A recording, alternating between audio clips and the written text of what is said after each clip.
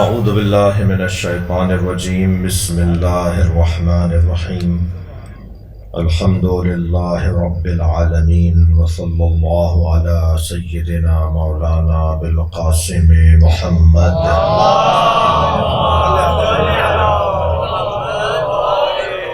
وآلہ الطیبین الطاہرین المعصومین الذين قال الله إنما يريد الله ليذهب عنكم الرجس أهل البيت ويطهركم تطهيرا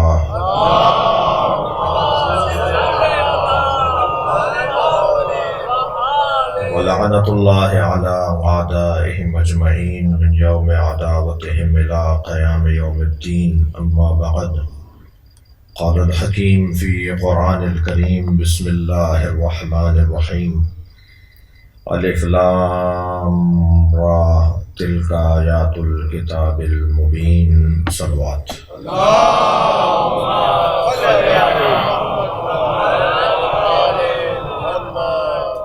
سورہ مبارکہ یوسف قرآن مجید کا 12واں سورہ اور قرآن مجید کا وہ سورہ کہ جس میں اللہ نے معارف اور مفاہیم کا ایک وسیع دسترخوان بچھایا ہے۔ یعنی اگر میں یوں کہہ دوں کہ یہ ان چند منفرد اور مختلف سوروں میں سے ایک سورہ ہے کہ جس میں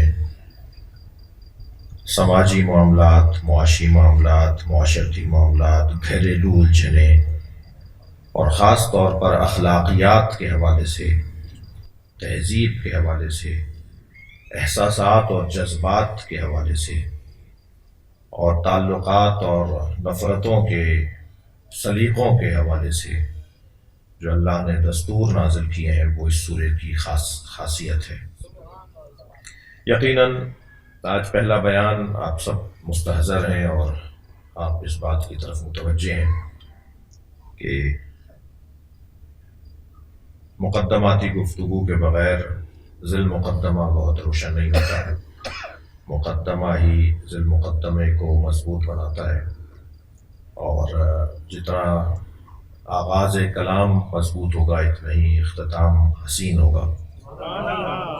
اس لیے آج کی پہلی گفتگو وہ ابتدائی گفتگو ہی کا مطالبہ ہم سے کر رہی ہے کہ جو ہونا بھی چاہیے آیات پر اور قرآن کی اس سورے پر اور اس کی فضیلتیں، اور یہی سورہ ہم نے کیوں انتخاب کیا۔ ماہ مبارک رمضان ہے اور اللہ نے ایک فضا بنا کر ہمیں دی ہے، ماحول میں ہمیں رکھا ہے، ایک ایسی جگہ پر ہمیں رکھا ہے کہ جہاں خود سے انسان بہت سی نیکیوں کی طرف راغب ہوتا ہے، توجہ اس کی بڑھ رہی ہوتی ہے۔ تو اس مہینے میں جو بزرگوں نے، شخصیات نے، فقہا نے، عرفاء نے، اولیاء الہی نے اور مضبوط لوگوں نے جو اس مہینے میں جن قرآن کی آیات پہ غور کیا ہے، ان میں سے ایک سورہ یوسف ہے۔ اسی طرح ایک سورہ حجرات ہے۔ سورہ مبارکہ حجرات اخلاقیات کا سورہ ہے، اس میں اسی طرح ہمارے معاملات کو بیان کیا گیا ہے۔ سورہ یوسف میں بھی اس بات کا اللہ نے ہمیں رہنمائی عطا کی ہے۔ یقیناً کل تفصیل سے اور آغاز سورہ اور اس کے فضائل کل سے بیان ہوں گے۔ آج پہلے بیان میں 3 نقطوں کی طرف اپنے محترم سننے والوں کی توجہ چاہوں گا۔ سب سے پہلا نقطہ تو یہ ہے کہ ہمیں قرآن کی اہمیت اور تدبر قرآن سے متعلق کیا رہنمائی عطا کی گئی ہے، کیوں قرآن محترم ہے اور کیوں قرآن پہ تدبر کیا جائے۔ دوسرا عنوان گفتگو کروں گا کہ قرآن اور اہل بیت بالاتفاق مسلمانوں میں محترم ہیں، اور قرآن و اہل بیت بالعموم انسانوں میں محترم ہیں۔ لہٰذا ہمیں اس نقطے پر اور اس کی جو ضرورت اور اہمیت ہے اس پہ بھی توجہ کی ضرورت ہے۔ اور تیسرا عنوان جس پہ آج کی گفتگو ہم مکمل کرنے کی کوشش کریں گے، اور وہ ہے تحریف قرآن کیا مطلب ہے، تحریف قرآن کہتے کسے ہیں، اور تحریف قرآن سے متعلق کیا باتیں ہوتی ہیں اور ہمارا اس سے کیا واسطہ ہے۔ یعنی میں اس لہجے میں کہہ رہا ہوں ہمارا کیا واسطہ اس سے، صلوات پڑھے گا محمد۔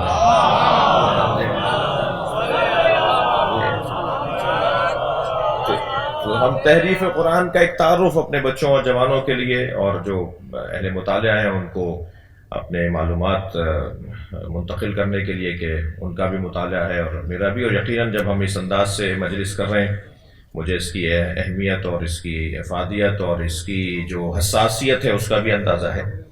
جب یہ مجالس نشر ہو رہی ہوں گی تو ایک بڑی تعداد میں اہل علم اپنے اپنے اپنے مراکز میں بیٹھ کے ہمیں سن بھی رہے ہوں گے، اور یہ میرا پہلا سال نہیں ہے، یہ میرا 7واں 8واں سال ہے جو تفسیر قرآن کو بیان کر رہا ہوں، اور پہلے چند سالوں میں جب تفسیر قرآن ہم نے بیان کی تو اس کے نتیجے کیا نکلے وہ بھی مجھے پیش نظر ہے میرے، اور پھر رابطے ہوتے ہیں کہ جی آپ نے فلاں جو بات کی اس کا کیا حوالہ ہے اور کیا مطلب ہے۔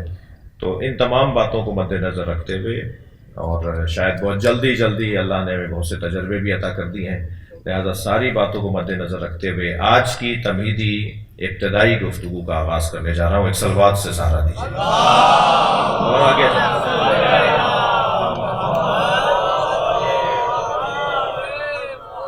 سب سے پہلا عنوان اہمیت قرآن اور تدبر قرآن۔ دیکھیے قرآن پر ہمیں تدبر کرنے کا حکم دیا گیا ہے، تفکر کرنے کا حکم دیا گیا ہے، تدقق کا ہمیں حکم دیا گیا ہے۔ دقت کے ساتھ قرآن کو پڑھو، تدبر کے ساتھ قرآن کو پڑھو۔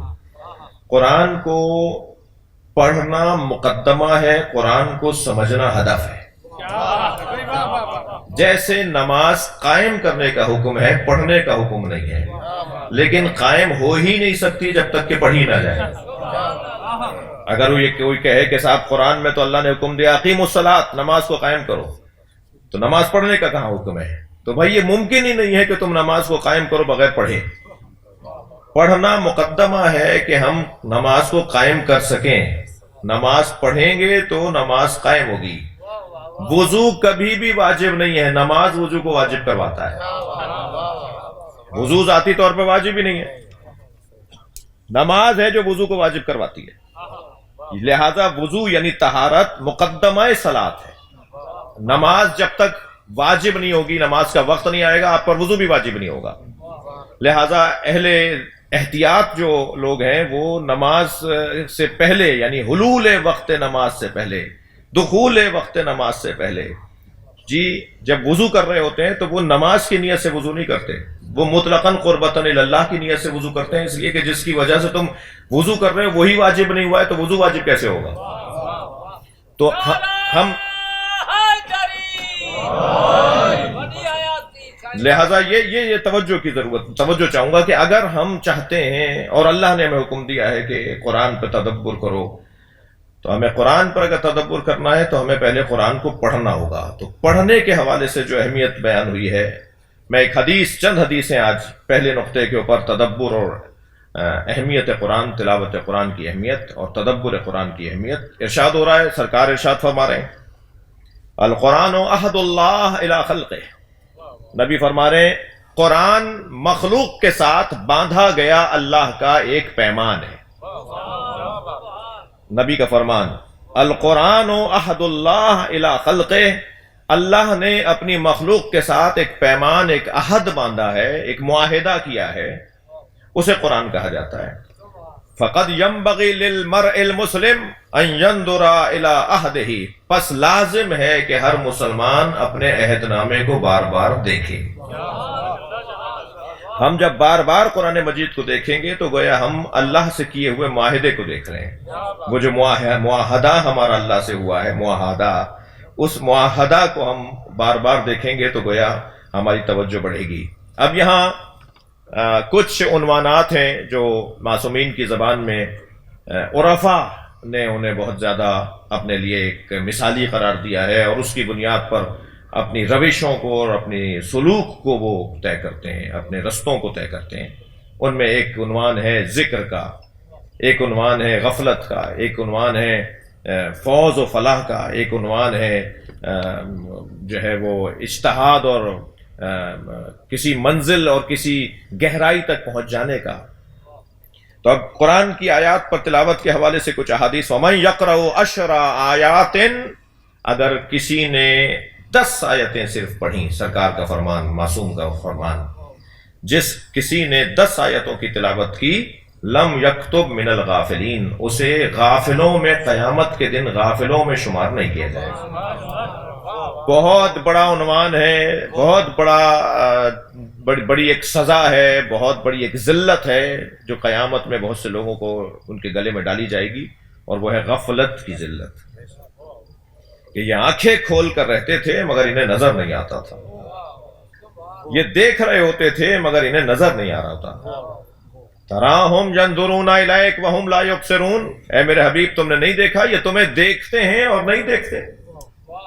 یا اللہ دیکھتے ہیں اور نہیں دیکھتے، یعنی یہ چشمے سر سے دیکھتے ہیں مگر چشمے جان سے نہیں دیکھتے۔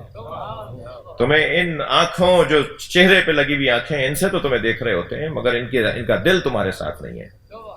تو جن کا دل کسی رویت کے ساتھ اور دید کے ساتھ نہ ہو، دل و دماغ ساتھ نہ چل رہا ہو، جب دل و دماغ ساتھ نہ چلے تو اسے غفلت کہا جاتا ہے۔ اور غفلت سے نکالنے کے لیے جتنی غفلت گہری ہوگی اتنا ہی قربانی بھی گہری ہوگی۔ آپ ذرا دیکھیے آج کا جدید نظام طب یہ کہتا ہے کہ تشخیص مرض کا کام علیحدہ ڈاکٹر کا ہے اور علاج مرض کا کام دوسرے ڈاکٹر کا ہے۔ آپ جاتے ہیں، ڈاکٹر صاحب ٹیسٹ لکھ کر دیتے ہیں، وہ ایک اور ڈاکٹر ہے جو آپ کے ٹیسٹ کرے گا، جو آپ کی کچھ بدن کی رطوبتوں کو لے گا اور اس کے بعد وہ اس میں سے طے کرے گا کہ کس چیز کی کمی یا زیادتی ہے یا کس چیز کا فقدان ہے، اس کی بنیاد پر وہ لکھ کر دے گا کہ ان کے بدن کا یہ حال ہے۔ پھر ڈاکٹر طے کرے گا دوسرا کہ ان کو کیا چیز دی جائے جو ان کا یہ حال ذرا خوشحالی میں بدل جائے، بہتر ہو جائے یہ انسان۔ تو تشخیص مرض کا ڈاکٹر علیحدہ اور علاج مرض کا ڈاکٹر اور طبیب علیحدہ۔ یہ آج جدید نظام تعلیم نے کوئی کارنامہ اور ہنر نہیں کیا ہے، بلکہ اللہ نے جب اس کائنات کے لیے طبیبوں کو قرار دیا تو دو ایسے طبیب اس نے اس کائنات کی امت، اپنی نبی کی امت کے لیے اور انسانوں کے لیے اس نے پہلے دن سے ہی قرار دیے۔ صلح امام حسن کو تشخیص مرض کہا جاتا ہے اور واقعہ کربلا کو علاج مرض کہا جاتا ہے۔ صلوات پڑھنے ذرا محمد و آلہ۔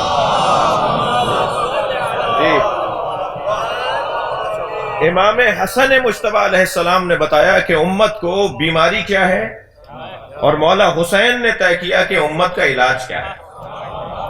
تو یہ جو غفلت، امام حسن نے طے کیا کہ امت کو غفلت کی بیماری ہے، امام کی تشخیص ہوئی کہ امت کو غفلت کی بیماری ہے، اور جب غفلت اتنی گہری ہو جائے، نیند اتنی پکی ہو جائے، غفلت اتنی گہری ہو جائے تو پھر اس کے علاج میں بھی خرچہ زیادہ ہوتا ہے۔ تو پھر علاج کیا ہے امام حسین علیہ السلام۔ تو جو 10 آیتوں کی تلاوت کرے، معصوم فرما رہے ہیں، اس کو غافلین میں شمار نہیں کیا جائے گا۔ ایک اور حدیث سن لیجئے، وَمَنْ يَقْرَأُ 50 آیَةً كُتِبَ مِنَ الذَّاکِرِينَ، جو 50 آیتیں تلاوت کرے اسے ذاکروں میں شمار کیا جائے گا، اسے ذاکرین میں شمار کیا جائے گا۔ پھر ارشاد ہو رہا ہے وَمَنْ يَقْرَأُ 100 آیَةٍ كُتِبَ مِنَ الْخَاشِعِينَ، جس نے 100 آیتوں کی تلاوت کی اسے خاشعین میں لکھا جائے گا۔ میرے بچے اور جوان جانتے ہیں کہ خاشع ایک کیفیت کو کہا جاتا ہے، خشوع ایک کیفیت کو کہا جاتا ہے، خضوع ایک کیفیت کو کہا جاتا ہے۔ وَاغْفِضْ لَهُمَا جَنَاحَ الذُّلِّ مِنَ الرَّحْمَةِ، بھائی قرآن کے دسترخوان پہ بیٹھے ہیں تو قرآن سے ہی استفادہ ہوگا۔ وَاغْفِضْ لَهُمَا جَنَاحَ الذُّلِّ مِنَ الرَّحْمَةِ، والدین کے سامنے حاضر ہوتے وقت جو بدن کی زبان ہو نا، جسے آپ باڈی لینگویج کہتے ہیں، بدن کی جو زبان ہو نا، وہ اللہ بدن کی زبان بنا کے دے رہا ہے۔ تمہارا بدن ایسے بولے، جب والدین کے ساتھ سامنے جاؤ تو تمہارے بدن کی ایک زبان بنے، وہ زبان جو بدن کی اللہ نے بنانا چاہیے نا، کہ ہمارے بدن کی زبان کیسی بنے، اس میں ایک انداز اس نے یہ اپنایا ہے، بیان کیا ہے کہ وَاغْفِضْ لَهُمَا جَنَاحَ الذُّلِّ مِنَ الرَّحْمَةِ، جب تم والدین کے سامنے حاضری دینے لگو تو تمہارے دونوں شانے ایسے جھکیں جیسے کوئی نوکر اپنے مالک کے سامنے کھڑا۔ لیکن یہ جو لفظ خضوع ہے اور یہ جو لفظ خشوع ہے، ان دونوں میں فرق کیا ہے؟ خشوع اور خضوع، جی خشیت، جی جب دل مڑنے لگے تو اسے خشوع کہا جاتا ہے، اور جب بدن جھکنے لگے تو اسے خضوع کہا جاتا ہے۔ حالت نماز میں خضوع ہے رکوع کی کیفیت، مگر دل و دماغ اگر اللہ کی بارگاہ میں جھک رہا ہو تو اسے خشوع کہا جاتا ہے۔ ضروری نہیں ہے کہ کوئی خضوع کی کیفیت میں ہو اور وہ خشوع بھی رکھتا ہو، یہ ضروری نہیں ہے۔ یہاں پر کہا گیا ہے خاشعین میں سے انہیں شمار کیا جائے گا کہ جو روزانہ 100 آیتوں کی تلاوت، روزانہ یہاں حدیث میں نہیں ہے، 100 آیتوں کی تلاوت کرنے والے کو خاشعین میں شمار کیا جائے گا۔ میں جلدی جلدی عرض کر رہا ہوں۔ پھر ارشاد ہوا وَمَن يَقْرَأُ مِئَتَ آیَاتٍ كُتِبَ مِنَ الْفَائِزِينَ فُزْتُ بِرَبِّ الْكَعْبَةِ، جو 200 آیتوں کی تلاوت کرے گا، 200 آیتیں جیسے ابھی ابرار بھائی نے کچھ گنتی بتائی، 200 آیتوں کی جو تعداد جو تلاوت کرے گا اسے فائزین میں شمار کیا جائے گا۔ ہر ایک کا فوز علیحدہ ہے، ہر ایک کی کامیابی کا ٹائٹل علیحدہ ہے، ہر ایک کے کامیاب ہونے کا عنوان علیحدہ ہے۔ علی جب کامیاب ہو رہے ہیں تو علی ہیں، میں اور آپ جب کامیابی کا عنوان پائیں گے تو ہماری حیثیت سے کامیابی ہے۔ یعنی میں اور آپ اگر قرآن کی 200 آیتوں کو پڑھ لیں تو ہمارے لیے یہ رستہ کھلے گا کہ ہم فائزین میں شمار ہوں گے۔ پھر ارشاد ہو رہا ہے وَمَن يَقْرَأُ مِئَةَ آیَاتٍ كُتِبَ مِنَ الْمُجْتَہِدِينَ۔ ہم اصل میں لفظوں کی الجھنوں میں اور بحثوں میں مبتلا ہو کر بہت زیادہ وقت اپنا بعض اوقات ضائع کر رہے ہوتے ہیں، اور بعض اوقات لفظوں پر غور نہ کر کے بہت ساری نعمتوں سے ہاتھ اٹھا رہے ہوتے ہیں۔ لفظ مجتہدین یہاں پر ذکر ہوا ہے، جو کسی شے کی، کسی مطلب کی، کسی بات کی گہرائی میں اتر جائے اسے مجتہد کہا جاتا ہے۔ یعنی اس وقت ممکن ہے ہم میں کوئی فلاں چیز کا مجتہد بیٹھا ہو اور کوئی فلاں موضوع کا مجتہد بیٹھا ہو، ممکن ہے ہمارے درمیان یا ہمارے مثلا سننے والوں میں یا ہمارے معاشرے میں، شاید ہماری ہر گلی کے اندر کوئی کسی عنوان کا مجتہد بیٹھا ہو۔ لفظ مجتہد یعنی جو کسی شے کی گہرائی تک پہنچ جائے اور اس شے میں مہارت حاصل کر لے اور اسے یقین ہو کہ جو میں کہہ رہا ہوں میرا دل و دماغ اور میرا ضمیر مطمئن ہے کہ میں صحیح کہہ رہا ہوں، اسے مجتہد کہا جاتا ہے۔ اطمینان قلب کی کیفیت اپنی کوششوں پر، اپنی محنتوں پر محنت کرنے کے بعد جب ایک اطمینانی قلب کی کیفیت ہو اسے مجتہد کہا جاتا ہے۔ قرآن اس انداز سے بات کر رہا ہے۔ انہم، حدیث سنا رہا ہوں آپ کو، آج ابتدائی بیان ہے اور میں آپ کی توجہات کا ممنون ہوں۔ حدیث ہے انہم، یعنی صحابہ کرام کے بارے میں کہ صحابہ کرام کی قرآن کے حوالے سے کیا روش تھی۔ انہم یاخذون من رسول اللہ 10 آیات، صحابیوں میں سے صحابہ کرام نبی مکرم سے 10 آیتیں لیتے تھے۔ یا رسول اللہ میں 10 آیتیں دے دیں، آیتیں تو سینکڑوں ہزاروں نازل ہو گئی ہیں مگر کہتے تھے 10 آیتیں دے دیں۔ سرکار کسی کو فلاں 10 آیتیں دیتے تھے، کسی کو فلاں 10 آیتیں دیتے تھے، کسی اور صحابی کو فلاں 10 آیتیں دیتے تھے۔ اب حدیث کہہ رہی ہے انہم یاخذون من رسول اللہ 10 آیات ولا یاخذون العشرۃ الاخری، وہ دوسری 10 آیتیں نہیں لیتے تھے جب تک حتی یعلم ما فی ہذہ من العلم والعمل، جب تک وہ اس گہرائی میں نہ اتر جائیں کہ ان 10 آیتوں کا عمل کیسے ہوگا اور ان کا علم اور ان کی گہرائی اور معلومات کیا ہے، اس وقت تک وہ دوسری 10 آیتیں نہیں لیتے تھے۔ ایک آپ کو حسین واقعے کی طرف آپ کی توجہ چاہوں گا۔ حضرت جابر ابن عبداللہ الانصاری بڑا نام ہے، اور خاص طور پر اہل بیت کے موالی اور مریدوں کو تو اس نام سے بڑا آگاہی اور آشنائی ہے۔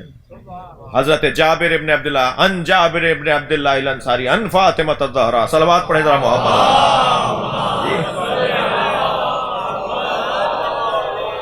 حضرت جابر پہلے زائر قبر امام حسین، حضرت جابر جنہوں نے سیدہ سے حدیث قصہ کو نقل کیا، حضرت جابر ابن عبداللہ الانصاری کی بڑی عظمت۔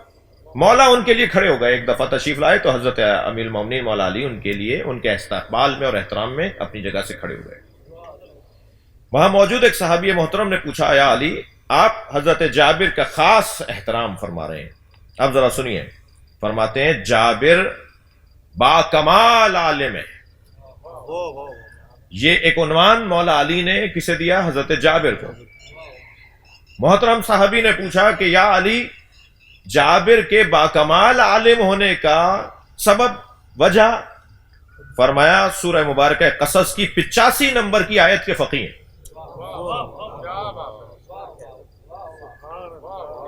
سورہ قصص کی آیت نمبر 85 کے جابر ابن عبداللہ الانصاری فقیہ ہیں، اس لیے یہ باکمال عالم ہے۔ اب وہ آیت کیا ہے؟ ان الذی فرض القرآن لرادوک الی معاد، جابر اس آیت کے فقی ہیں، اس آیت نے جابر کو اللہ کا ولی بنا دیا ہے۔ یعنی تدبر میں وہ جو میں نے ابھی عرض کیا آپ سے کہ 10 آیتیں صحابہ کرام لیتے تھے اور پھر دوسری 10 آیتیں اس وقت تک نہیں لیتے تھے جب تک ان 10 آیتوں پر عمل نہ کر لیں جو پہلے لے چکے ہیں۔ تو ہمیں اللہ نے تو دسترخوان 6000 آیات سے زیادہ کے اوپر بچھا کر دیا ہے، مگر ضروری نہیں ہے کہ ہم 6000 کے لیے ہی ایک بھی نہ پڑھیں۔ مولانا اگر ماہ رمضان میں ہم نے قرآن پڑھنا شروع کیا تو کہتے ہیں ختم کرنا پڑے گا۔ اس وجہ سے اس گھبراہٹ سے بہت سے لوگ شروع بھی نہیں کرتے کہ اگر شروع کروں گا تو ختم کرنا پڑے گا۔ یہ بہت بڑی غلط فہمی ہے۔ ایک صلوات پڑھ لیں ذرا محمد و آلہ۔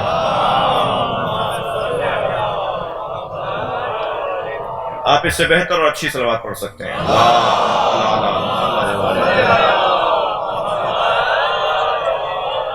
یہ جو آیت ہے سورہ قصص کی 85 نمبر آیت کی، ان الذی فرض القرآن لرادوک الی معاد، وہ اللہ جس نے حبیب تم پر قرآن کو نازل کیا ہے وہ تمہیں محشر میں لائے گا۔ اس آیت نے جابر ابن عبداللہ الانصاری کو فقیہ بنا دیا۔ ایک شخص آیا، عربی ہے، بدو ہے، کہتا ہے عبداللہ کے بیٹے تم نے کوئی قرآن اور کوئی اسلام کا تعارف کروایا ہے، میرے پاس وقت نہیں ہے، میں اپنے اونٹ کے گھٹنے میں عقال باندھ کے آیا ہوں۔ وہ بے چین بھی ہے، اگر اس نے اپنے پیر ہلائے تو وہ عقال کھل جائے گا۔ گھٹنے پہ رسی باندھتے، یہ جو عرب بھی رکھتے ہیں اپنے سر کے اوپر ایک رسی رکھتے ہیں رومال روکنے کے لیے، اسے عقال کہتے ہیں۔ عقال عقل کے خاندان کا ہی ہے جی، بہت سو کی عقلیں بھی رسی سے ہی باندھی جاتی ہیں۔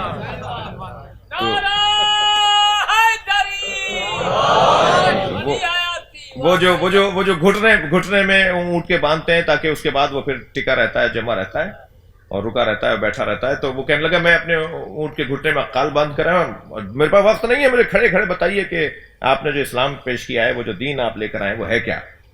تو سرکار دو جہاں نے قرآن کی اس آیت کی تلاوت فرما دی، فَمَن يَعْمَلْ مِثْقَالَ ذَرَّةٍ خَيْرًا يَرَهُ وَمَن يَعْمَلْ مِثْقَالَ ذَرَّةٍ شَرًّا يَرَهُ۔ ہر عمل چاہے وہ مثقال ذرہ مثقال ایک رائی کے دانے کے برابر ہو، خیر کے عمل کو بھی انسان اپنی آنکھوں سے دیکھے گا جو اس نے کیا ہوگا، کوئی شر کا عمل بھی اس نے ایک رائی کے دانے کے برابر انجام دیا وہ بھی اس کو نظر آئے گا۔ یعنی نیکیاں بھی اس کے سامنے مجسم بنیں گی، برائیاں بھی اس کے سامنے مجسم بنیں گی۔ بس الٹے پیر واپس ہوا، کہنے لگا سمجھ میں آ گیا مجھے جو آپ نے کہا۔ سرکار نے اسے جاتے ہوئے اپنے امتیوں کو دیکھا اور فرمایا جاء بالجہل ذہب فقیہا، یہ جاہل آیا تھا فقیہ بن کے گیا ہے۔ یعنی ممکن ہے کہ ایک شخص، کوئی بھی شخص ایک آیت سے فقیہ ہو جائے، یعنی وہاں پہنچ جائے جس جگہ پر پہنچنے کے لیے بہت سے لوگوں کو شاید دسیوں سال کی محنت کرنی پڑتی۔ تو قرآن پر تدبر اور قرآن پر غور، میں گزارش کروں گا اپنے مضمون کو آگے بڑھاتے ہوئے کہ ہمارے گھروں میں بہت سی سینریاں لگی ہوئی ہیں، بہت سارے تغرے لگے ہوئے ہیں، بہت سارے منظر ہم نے فریم کروا کر اپنے گھروں میں، ڈرائنگ روموں، بیڈ روموں میں لگائے ہوئے ہیں، اپنے آفسوں میں لگائے ہوئے ہیں۔ ایک آیت کو اپنے آفسوں میں بھی لگوائیے، اور ایک آیت جو میں ابھی پیش کرنا چاہ رہا ہوں تدبر پر ہی گفتگو ہو رہی ہے، اسے اپنے گھر کے ڈرائنگ روموں میں بھی لگوائیے، خوبصورت سا فریم بنا کے لگائیے۔ سورہ تکویر کی آیت ہے اور انتہائی مختصر ترین آیت ہے، فَأَيْنَ تَذْهَبُونَ، کہاں جا رہے ہو؟ پوری آیت ہے یہ، کہاں جا رہے ہو؟ یعنی اللہ آتے جاتے پوچھ رہا ہے کہاں جا رہے ہو؟ جواب ہے تو جاؤ، ورنہ کیوں جا رہے ہو؟ کہاں جا رہے ہو؟ یعنی ہر ایک قدم پر ہم سے قرآن پوچھ رہا ہے، اللہ پوچھ رہا ہے کہ کہاں جا رہے ہو؟ قرآن مجید کی تلاوت اور اس پہ تدبر بہت سے ٹیڑھے لوگوں کو، بہت سے الجھے ہوئے لوگوں کو قرآن نے، اچھا قرآن، اب کیونکہ ادیب حضرات بھی تشریف فرمائے، تو قرآن ٹیڑھے اور بگڑے ہوئے ادیبوں کو قرآن نے سنبھالا ہے۔ کیسے؟ اس لیے کہ قرآن کا جو کمال ہے وہ اس کا ادبی اعجاز ہے۔ قرآن ادبی اعتبار سے، یعنی یوں کہیے کہ میں نہج البلاغہ کا، جب نہج البلاغہ پہ ہم نے اشرا نشر پاک میں پڑھا، پورا اشرا نہج البلاغہ کی فضیلت پہ کہ نہج البلاغہ ہے کیا، تو اس کی جب میں تیاری کر رہا تھا تو بہت سارے مقالے دیکھنے ہوئے، بہت ساری چیزوں کا علم میں اضافہ ہوا مطالعہ کرتے وقت۔ تو ایک مقالہ ہم نے ایک ہندو پروفیسر گنگوی علی گڑھ یونیورسٹی کے اندر وہ کسی لیکچر کے لیے آئے، اور وہ عربی ادیب اور ہندو، تو ان سے ان کے شاگردوں نے کہا استاد قرآن نے 1400 سال پہلے دعویٰ کیا تھا کہ اگر تم سچے ہو تو فَأْتُوا بِسُورَةٍ مِّن مِّثْلِهِ، اس کے 114 سوروں میں سے کسی ایک سورے کو ذرا غور سے پڑھ لو اور اس کا جواب لکھ کر لے آؤ۔ تو اگر تم سچے ہو، یعنی مخالف، اسلام مخالف لوگ اگر سچے ہیں اور اسلام کی دشمنی پر وہ اپنے کوششوں میں اور اپنی محنتوں میں لگے ہوئے ہیں، تو زیادہ محنتیں بجٹ پاس کرنا اور صاحب جنگوں کی تیاریاں کرنا اور اسمبلیوں میں بحثیں کرنا، اس کا کیا فائدہ؟ دنیا کے ادیبوں کو ایک جگہ بٹھا دو، عربی ادیبوں کو، اور 114 سورے ہیں نا، تو ایک سورے کا جواب لکھ کر لے آؤ۔ تو وہ کہنے لگا استاد آپ بھی ادیب ہیں بہت بڑے اور غیر مسلم ہیں، تو ہم قرآن کا جواب کیوں نہیں لکھتے؟ تو وہ حسین جملہ جو مجھے آپ کو ہدیہ کرنے کا دل کر رہا ہے، وہ کہتا ہے خبردار آئندہ سوچنا بھی نہیں، قرآن کا ایک چھوٹا بھائی ہے جسے نہج البلاغہ کہتے ہیں۔ لوگ نہج البلاغہ کا جواب نہیں لا سکتے تو قرآن کا جواب کیا ہے؟ تو قرآن کا جو اعجازی کیفیت ہے اس میں اس کا ادب، یعنی عربی ادب کا شاہکار کلام ہے۔ اس سے یعنی وہ بہت اس موضوع پہ بات کرنے کے لیے میرے پاس چیزیں ہیں کہ جب وہ معلقات سب قرآن مجید نازل ہونے سے پہلے جو خانہ کعبہ ہر سال بازار عکاظ میں جو مشاعرہ ہوتا تھا، اور وہ اس میں جو ٹاپ کلام بنتے تھے، جو مشاعرے میں سب سے مضبوط کلام سامنے آتے تھے، غزلیں ہوتی تھی، وہ جی زلفوں کی باتیں ہوتی تھی، ابروؤں کی باتیں ہوتی تھی، اور خیالات کی دنیا ہوتی تھی اس کے اندر، اور گہرائیاں ہوتی تھی اس کے اندر۔ تو وہ جو معلقات سب کو سبا معلقات سب کو جب قرآن خانہ کعبہ پہ لٹکا دیا جاتا تھا کہ یہ ٹاپ 7 جو ہے وہ کلام ہے جو اس دفعہ مشاعرے میں پڑھے گئے۔ جب سورہ کوثر نازل ہوا تو سرکار نے فرمایا اسے ان 7 کلام کے برابر میں جا کے لٹکا دو، اور جب سورہ کوثر لٹکایا گیا تو ان 7 کلاموں میں جو سب سے بڑا جو شاعر تھا، کلام کہنے والا تھا، وہ شاہ تھا، شین عین شین ہے، شاہ۔ اسے کسی نے جا کے بتایا کہ 8واں کلام بھی کوئی لٹکا کے گیا ہے، اور وہ کلام تو ایسا بول رہا ہے جیسے ستاروں کے اندر چاند، جیسے بہت سارے ستاروں میں ایک چاند چمک رہا ہو۔ تو وہ مجبور ہو گیا کہ میں جا کر تو دیکھوں وہ کیا کلام ہے۔ تو جا کے جب دیکھا تو وہ اِنَّا أَعْطَيْنَاكَ الْكَوْثَرَ فَصَلِّ لِرَبِّكَ وَانْحَرْ إِنَّ شَانِئَكَ هُوَ الْأَبْتَرُ، 3 آیتیں لٹکی ہوئی تھی، یعنی وہ کاغذ اس کا سرکار کی حکمت تھی، جو حضرت نے چاہا ایسا ہوا۔ تو اس نے کہا یہ سارے کلام اتار دو، ابھی اس کلام کے بعد کوئی کلام ہے ہی نہیں جو اس کے برابر رکھا ہے۔ اور مجھے کہا کہ جس نے کلام کہا ہے اس سے مجھے ملواؤ، یہ جس کا کلام ہے اس سے مجھے ملواؤ۔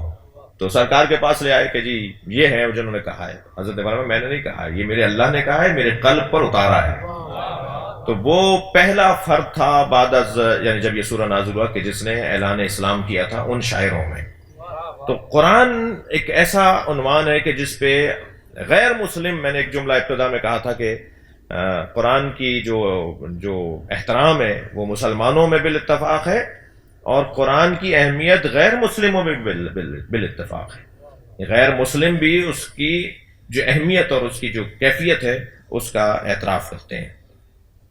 لہذا امام علی نقی علیہ السلام ارشاد فرماتے ہیں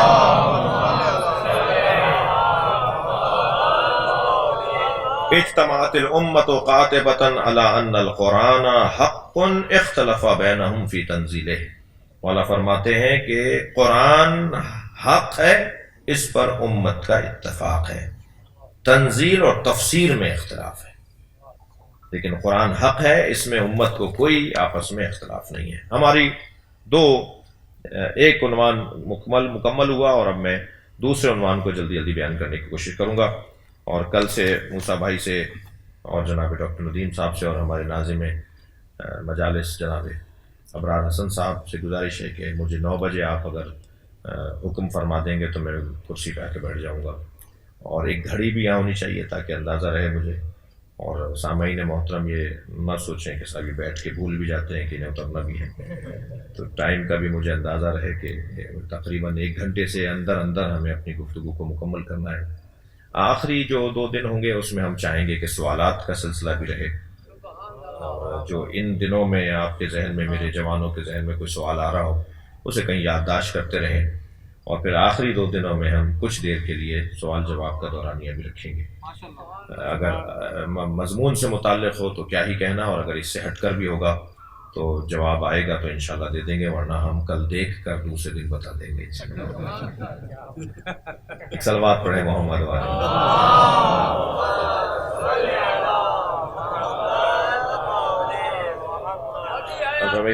آپ لوگوں کی ہاں دن بھی ایسے ہیں اور مصروفیات ہیں، قومیات کے لوگوں کو تو اتنا بھی آپ بیٹھے، بڑی آپ کی محبت ہے. ایک اور صلوات ذرا نبی کی ذات پر.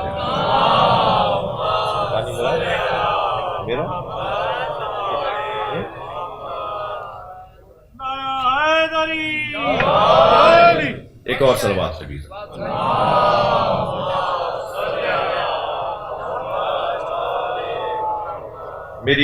میرا بیان رسا ہے، بات میری پہنچ رہی ہے. آپ کا ممنون ہوں کہ آپ توجہ سے سن رہے ہیں. دوسرا عنوان ہماری آج کی گفتگو کا ہے عنوان تحریف قرآن. یہ ایک ایسا لفظ ہے کہ جو انتہائی حساس ہے، اور قرآن مجید میں تحریف یعنی قرآن مجید میں کچھ تغیر اور تبدل کی بحث. یہ پہلے ہی مرحلے پہ کہہ دیتا ہوں اور بار بار کہنا پڑے گا کیونکہ ریکارڈ جا رہا ہے، اور ہمارے ہاں ایک بڑی بیماری اس وقت آئی ہے 2 جملوں کا کلپ بنا کر وائرل کرنے کی بیماری. اور پھر اس میں یہ پریشانی کہ جی انہوں نے یہ جملہ کہا تھا اور انہوں نے تو یہ خود کہا ہے کہ ہاں تحریف قرآن میں. تو قرآن میں کوئی تحریف نہیں ہے، پہلے ہی مرحلے پہ بات ہو جائے. قرآن میں تحریف، ہم قرآن میں تحریف کے قائل نہیں ہیں، اور کوئی مسلمان قائل نہیں ہے. یعنی سنی بھی تحریف قرآن کا قائل نہیں ہے، شیعہ بھی تحریف قرآن کا قائل نہیں ہے. ہمارے سنی بھائی شیعوں کے اوپر جو غصے کا اظہار کرتے ہیں، علمی غصہ، اور اس علمی غصے کو پھر وہ بدنی غصے کی طرف بھی لے جاتے ہیں. وہ جو علمی غصے کا اظہار ہے وہ ہے کہ شیعہ تحریف قرآن کے قائل ہیں. ہم بالکل اس کا انکار کرتے ہیں، اور ہم تحریف قرآن کے قائل نہیں ہیں. یہ ہم پر تہمت ہے، یہ ہم پر الزام ہے، یہ بے بنیاد بات ہے. مگر جس بنیاد پر ہم پر تحریف قرآن کا الزام لگایا جاتا ہے وہ بنیاد تو ہمارے بھائیوں کے ہاں ہم سے زیادہ مضبوط ہے. یعنی اگر جن دلیلوں پر کہا جائے کہ شیعہ تحریف قرآن کے قائل ہیں، وہ دلیلیں اگر ہمارے یہاں 5 ہیں تو ان کے یہاں 15 ہوں گی. اتنا تعداد میں فرق ہے. تو مگر ہم نے تو آج تک نہیں کہا کہ فلاں تحریف قرآن کا قائل ہے، اس لیے کہ اگر میں کسی بھی مسلک کے انداز تفکر کے اوپر یہ الزام لگاؤں گا کہ وہ تحریف قرآن کا قائل ہے تو اس کو کوئی نقصان ہو یا نہ ہو، نقصان مجھے بھی ہوگا. اس لیے کہ جب میں قرآن کو ہی مشکوک بنا دوں گا، جب میں قرآن کو کسی مکتب، مسلک، کسی فرقہ، کسی فقہ والوں کے دشمنی میں اور تعصب میں قرآن کو مشکوک بنا دوں گا تو اس کا کچھ ہو یا نہ ہو میرا نقصان یہ ہے کہ جس کو میں مانتا ہوں وہ بھی مشکوک ہے. اس لیے تحریف قرآن پر بات کرنا اور قرآن کے بارے میں یہ گفتگو کہ اس کے اندر کوئی تبدل یا تغیر ہے، اس کا نقصان عالم اسلام کو ہے، نہ صرف شیعوں کو بلکہ اہل سنت کو ہے. سارے مسلمانوں کو اس ٹائٹل میں سوائے نقصان کے کوئی اور بات نہیں ہے. مگر یہاں کیونکہ ایک علمی میدان ہے اور ہم چاہتے ہیں کہ تھوڑا سا ایک آشنائی ہو کہ یہ لفظ کیا ہے اور اس کا پس منظر کیا ہے اور یہ کیا مطلب ہے. یہ جو میں نے شاید آدھے صفحے پہ خلاصہ لکھا ہے، اگر میں اس کی تفصیل میں جب پڑھنے کے مرحلے میں جاؤں گا تو شاید مجھے کوئی 50 صفحے پڑھنے ہوں گے، تب جا کے آدھا صفحہ میں نے بنایا ہے. یعنی 50 صفحوں کی معلومات کو سمجھ کر آپ کو منتقل کرنے کے لیے آدھے صفحہ کی نکات لکھیں. تحریف قرآن کے بارے میں 3 طرح کے تصور ہیں. آپ چاہتے ہیں یہ گفتگو ہو؟ آپ کی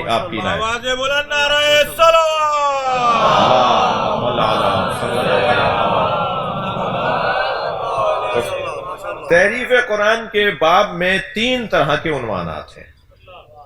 پہلا عنوان ہے کہ قرآن کے سورے اور قرآن کی آیتوں میں تقدم و تاخر ہے، یہ مراد ہے.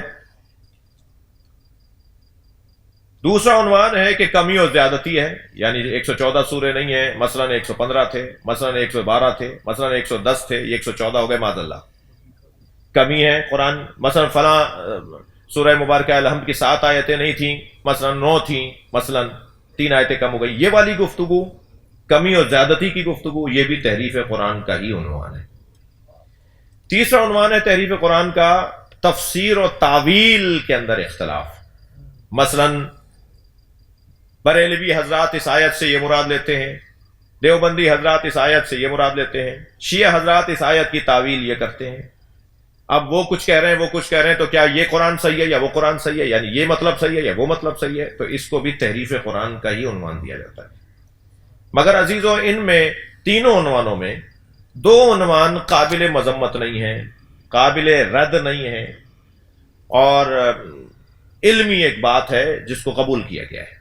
مثلا اگر ہم عنوان لیں کہ تقدم و تاخر قرآن میں ہے یا نہیں، تو ہاں ہے۔ سارے مکی سورے ایک ساتھ ہونے چاہیے تھے، سارے مدنی سورے ایک ساتھ ہونے چاہیے تھے، مگر ایسا نہیں ہے۔ یعنی 4 سورے مکی ہیں تو پھر بیچ میں ایک مدنی آ جاتا ہے، پھر ایک مکی آ جاتا ہے، پھر 2 مدنی آ جاتے ہیں، پھر 4 مکی آ جاتے ہیں، پھر ایک مدنی آ جاتا ہے۔ 114 سوروں کے اندر سارے مکی ایک ساتھ ہونے چاہیے تھے شروع سے، اور سارے مدنی ایک ساتھ ہونے چاہیے آخر میں، کیونکہ پہلے سرکار نے مکے میں زندگی گزاری ہے، پھر سرکار نے مدینے میں زندگی گزاری ہے۔ سرکار کی پہلی زندگی جو ہے وہ مکی ہے، دوسری زندگی مدنی ہے۔ سرکار 2 جگہ اپنا وطن رکھتے تھے، اس لیے شرعی طور پر ایک انسان کے 2 وطن بھی ہو سکتے ہیں۔ یہ 2 جگہوں پر جو آپ 2 وطنوں میں جو آپ نماز پڑھ سکتے ہیں، ایک شخص کراچی بھی اپنا وطن رکھ سکتا ہے، اور اگر کوئی لاہور سے کراچی آ کر آباد ہوا ہے، وہ کہتا ہے کراچی چھوڑ کر نہیں جاؤں گا، یہی میرا وطن ہے، اور لاہور بھی میرا گھر ہے، اور میں آباء و اجداد سے ہم لاہوری ہیں، تو وہ لاہور بھی اپنا وطن رکھ سکتا ہے، وہ کراچی بھی اپنا وطن رکھ سکتا ہے۔ پروفیسر خورشید صاحب تشریف فرمائے، مثلا خیرپور والے خیرپور میں پوری نماز پڑھ رہے ہیں جا کر، اور مثلا کراچی میں بھی پوری نماز پڑھ رہے ہیں، ایک شخص سے 2 وطن ہو سکتے ہیں۔ تو نبی نے کیونکہ 2 وطن رکھے نا اپنے، اس لیے پھر امتیوں کے لیے بھی حلال اور جائز ہو گیا کہ وہ 2 وطن رکھ سکتا ہے۔ سبحان اللہ۔ رحیم یار خان کے لوگ بھی بیٹھے ہوئے ہیں، ایک صلوات اور نبی کی ذات پہ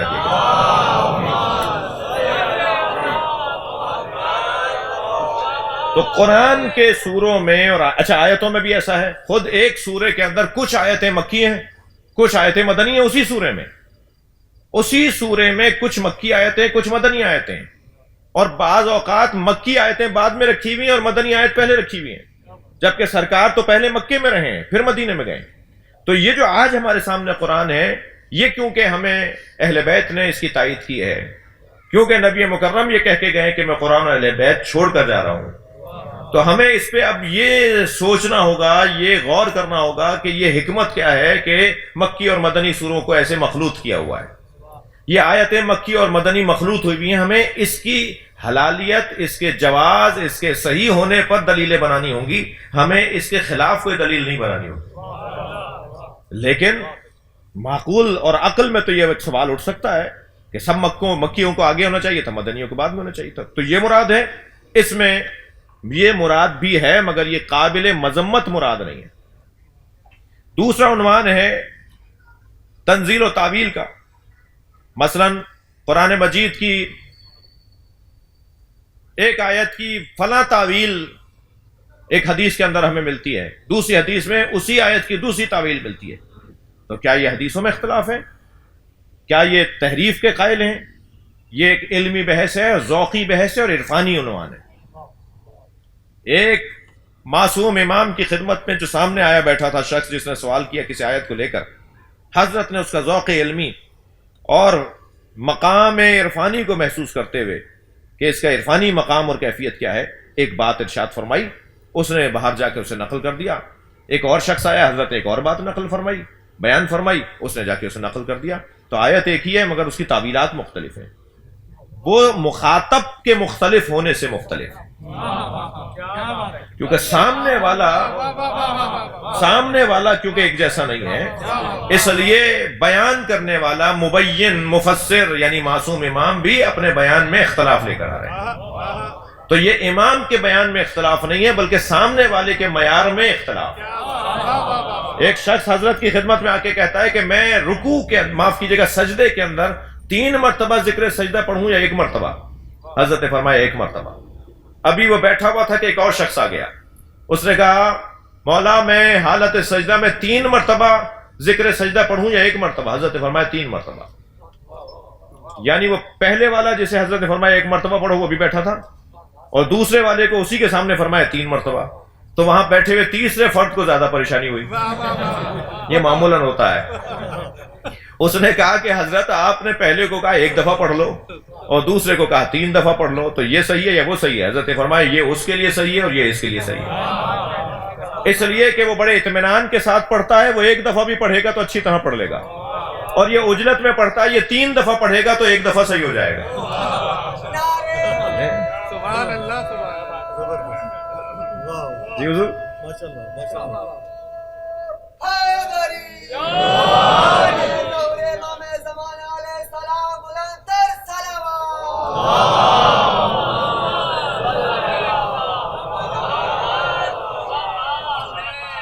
تو تعویل اور تنزیل کے اندر اختلاف، یہ تحریف مراد نہیں ہے، یعنی یہ قابل مذمت عنوان نہیں ہے، لیکن جو تحریف کا عنوان نہ سنی مانتا ہے، نہ شیعہ، نہ ہم مانتے ہیں، نہ کوئی اور مانتا ہے، کسی کو نہیں ماننا چاہیے، اور اگر کوئی مانتا ہے یا کسی پہ الزام لگاتا ہے تو اسے سوچنا چاہیے کہ اس کا فائدہ غیر مسلموں کو ہوگا، غیر مسلم بھی صہیونی غیر مسلموں کو ہوگا جو مسلمانوں کے دشمن ہیں۔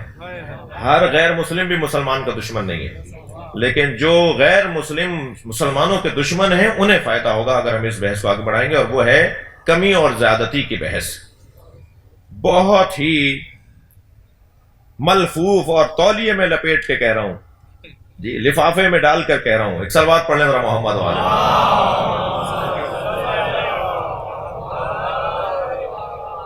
کہ تفسیر الاتقان جو ہمارے برادران اہل سنت کی کتاب ہے، اس میں اتنی روایتیں موجود ہیں کہ محدث نوری کو بھول جائیں گے ہمارے سنی بھائی، جو محدث نوری کی وجہ سے شیعوں پہ الزام لگتا ہے۔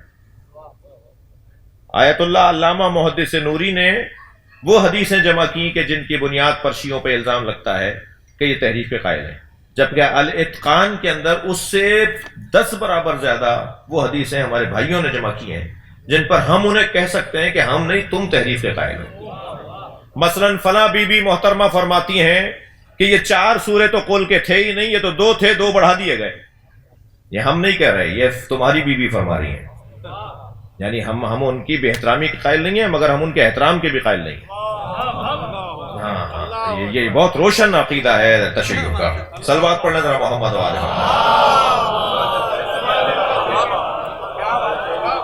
وہ یہ فرماتی ہیں کہ یہ قل اعوذ برب الفلق، قل اعوذ برب الناس، مثلا قل هو اللہ احد، قل یا ایھا الکافرون، یہ جو 4 سورے ہیں قل، یہ 4 نہیں تھے، 2 تھے، 2 بڑھا دیے گئے، معاذ اللہ، ایسا نہیں ہے۔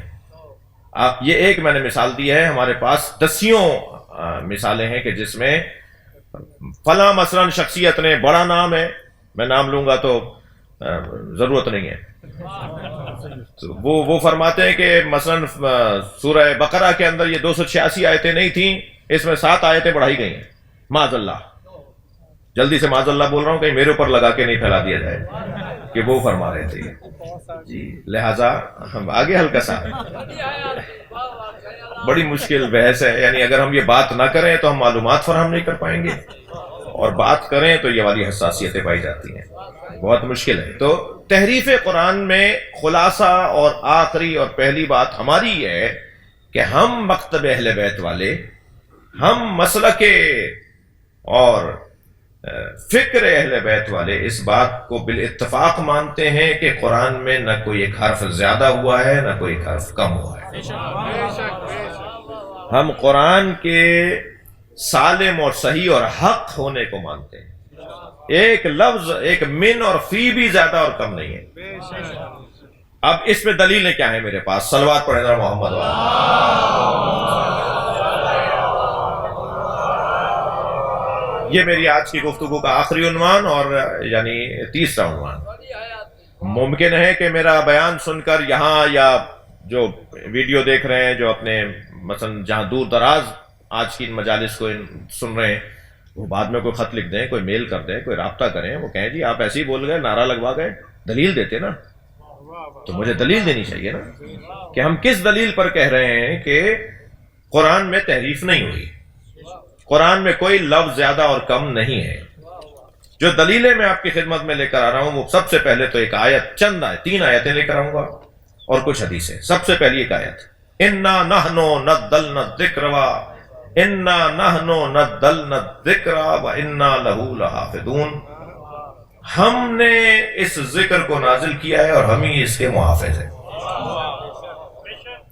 اللہ جب چیلنج کر رہا ہے، دعویٰ کر رہا ہے کہ میں اس کی حفاظت کروں گا، تو وہ کون سا شیعہ ہے، وہ کون سا سنی ہے جو قرآن کے اندر کمی اور زیادتی لے آئے گا؟ اللہ کی طاقت سے زیادہ کسی کی طاقت ہے؟ جب اللہ کہہ رہا ہے میں نے نازل کیا ہے، ہم نے، بلکہ میں بھی نہیں کہہ رہا، ہم کہہ رہے ہیں، ہم یعنی چیلنج کے ساتھ بات کر رہے ہیں، تحدی کے ساتھ، دعوے کے ساتھ بات کر رہا ہے۔ اِنَّا نَحْنُ نَزَّلْنَا الذِّكْرَ وَإِنَّا لَهُ لَحَافِظُونَ، ہم نے اسے نازل کیا ہے اور ہم ہی اس کی حفاظت کریں گے۔ تو بس بات ختم ہو گئی، اللہ ہی نازل کرنے والا ہے اور اللہ ہی اس کی حفاظت کرنے والا ہے۔ دوسری آیت، لا یاتیہ الباطل من بین یدیہ ومن خلفہ، قرآن کا کوئی مخالف نہ قرآن کے آگے آ کر بات کر سکتا ہے، نہ قرآن کے پیچھے سے چھرا گھونپ سکتا ہے۔ قرآن کا کوئی مخالف قرآن کا کوئی بگاڑ نہیں سکتا۔ یہ قرآن کہہ رہا ہے کہ قرآن کا کوئی مخالف نہ آگے سے آ کے حملہ کر سکتا ہے، نہ پیچھے سے آ کے حملہ کر سکتا ہے۔ یہ قرآن کی دوسری آیت۔ قرآن کی تیسری آیت، یا رب انا قومی اتخذوا هذا القرآن مہجورا، کل قیامت میں نبی مکرم شکایت کریں گے اللہ سے، اے اللہ، اے میرے رب، میری قوم نے قرآن کو چھوڑ دیا تھا۔ یا رسول اللہ، اگر قرآن تحریف شدہ محرف ہوتا، قرآن محرف ہوتا تو تحریف شدہ ہوتا، تو پھر آپ کیسے کہہ رہے ہیں کہ ہم اس قرآن کو لے لیں جو محرف ہے؟ لیکن قرآن کو پکڑنے کا حکم یہ ہے کہ خود نبی اس کی تصدیق کر رہے ہیں کہ یہ جو میں نے قرآن دیا تھا تم نے اس کو نہیں لیا۔ یہ قرآن کی حفاظت میں 3 آیتیں اور کچھ حدیثیں سن لیجئے۔ امام جعفر صادق علیہ السلام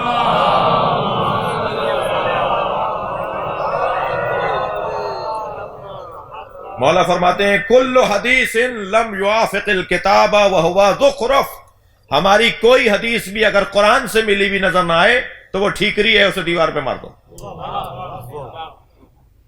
جی، وہ زخرف ہے، وہ ہمارا کلام ہی نہیں ہے۔ یعنی اگر ائمہ اہل بیت اپنی حدیثوں کی کسوٹی بھی قرآن کو بنا رہے ہوں تو قرآن کو تو ہمیں زیادہ ماننا پڑے گا کہ یہ مسلم چیز ہے، اس میں کوئی ایک من اور فی بھی زیادہ نہیں ہے۔ معصوم فرما رہے ہیں ہمارے کلام کو وہاں رکھا کرو، قرآن کے آئینے کے سامنے رکھو، اگر شکل اس کے اندر نظر آ جائے تو سمجھو کہ ہمارا کلام ہے، ورنہ تم اسے دیوار پہ مار دو۔ بعض جگہ تو ہے فضربوہ علی الجدار، بعض حدیثوں میں کہ جدار پہ مار دو، دیوار پہ مار دو۔ یہ ایک حدیث ہمیں قرآن کے صحیح ہونے پر اور قرآن کے کامل ہونے پر اور قرآن کے غیر محرف ہونے پر رہنمائی کر رہی ہے۔ دوسری یہی دعا ہے جو آپ روزانہ ماہ مبارک رمضان میں پڑھ رہے ہیں۔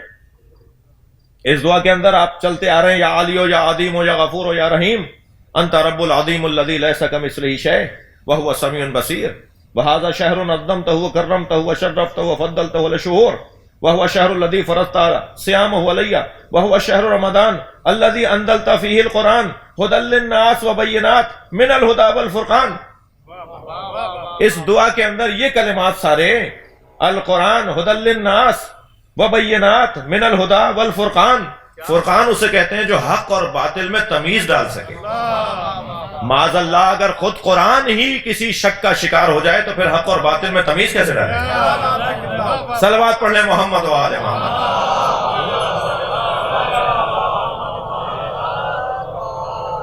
فرقان، قرآن کیونکہ فرقان ہے، حق اور باطل میں فرق ڈالنے والی کتاب ہے، تو خود حق ہوگی تب حق اور باطل میں فرق ڈال سکے گی۔ اس کے بعد کی حدیث لے لیجئے، جو حدیث آپ نے شاید لاکھوں مرتبہ اس کی زیارت کی ہو اور اس کی سماعت کی ہو، انی تارکن فیکم الثقلین کتاب اللہ و عطرتی اہل بیت، میں تمہارے درمیان 2 بھاری اور گراں قدر چیزیں چھوڑ جا رہا ہوں، اللہ کی کتاب اور اپنی عطرت، اپنی اہل بیت۔ تو نبی کتاب کی تصدیق کر کے جا رہے ہیں کہ میں تمہارے پاس کتاب چھوڑ کر جا رہا ہوں۔ پھر ایک اور آیت کا سہارا لے لیتا ہوں، لو کان من عند غیر اللہ لوجدوا فیہ اختلافا کثیرا، اگر یہ اللہ کے علاوہ کسی اور کی طرف سے ہوتا تو اس قرآن کے اندر تم اختلاف کثیر پاتے، مگر اس قرآن میں اختلاف کا نہ ہونا اس بات کی دلیل ہے کہ یہ صحیح اور سالم ویسا ہی ہے جیسا نازل ہوا تھا۔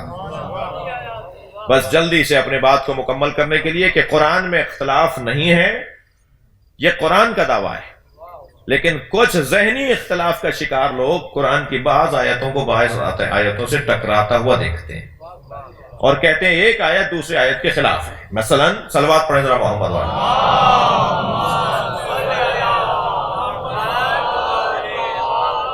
مثلا قرآن مجید کے اندر ہے ید اللہ فوق ایدیہم، اللہ کا ہاتھ ان کے ہاتھوں پر ہے۔ مثلا قرآن مجید کے اندر ہے یا ابلیس ما منعک ان تسجد لما خلقت بیدی، اے ابلیس اس آدم کو سجدہ کرنے سے تجھے کس نے روکا تھا جسے میں نے اپنے دونوں ہاتھوں سے بنایا؟ تو قرآن کی ایک آیت کہہ رہی ہے کہ اللہ کا ایک ہاتھ بھی ہے بلکہ اللہ کے دو ہاتھ ہیں، اور قرآن کی دوسری آیت کہہ رہی ہے لیسا کمثلہ شیء، اس جیسا تو کوئی ہے ہی نہیں۔ تو ہم اس آیت کو مانیں یا اس آیت کو مانیں؟ تو بس یہ پیغام اور یہ بحث جب آئے گی تو یہ پیغام دیا جائے گا کہ قرآن میں کچھ آیات ہیں جنہیں آیات محکمات کہا جاتا ہے، کچھ آیات ہیں جنہیں متشابہات کہا جاتا ہے، اور محکمات کو ہن ام الکتاب کہہ کر قرآن نے کہا ہے یہ ہیں اصل کتاب۔ تمہیں محکمات کو حاکم رکھنا ہے متشابہات کے اوپر، متشابہات کو سمجھنا ہے محکمات کے ذریعے، تب جا کے تمہیں قرآن سمجھ میں آئے گا۔ قرآن میں اختلاف جب ہوتا ہے جب دونوں محکم آیتیں مختلف بات کر رہی ہوتی ہیں، لیکن متشابہ کچھ اور کہہ رہی ہوتی ہے اور محکم کچھ اور کہہ رہی ہوتی ہے، تو محکم کو ہمیں حاکم بنانا ہے اور متشابہ کو ہمیں محکوم بنانا ہے۔ اللہ ہمیں قرآن سمجھنے والوں میں شمار فرمائے، ہمارے آج کے بیٹھنے کو اور آئندہ بھی انشاءاللہ توفیق ہو اس کو عبادت شمار فرما، جن مرحومین کے نام ابتدا میں لیے گئے ان کی مغفرت فرما، ہم سب کی عاقبت بخیر فرما، امام زمانہ کے ظہور میں تعجیل فرما۔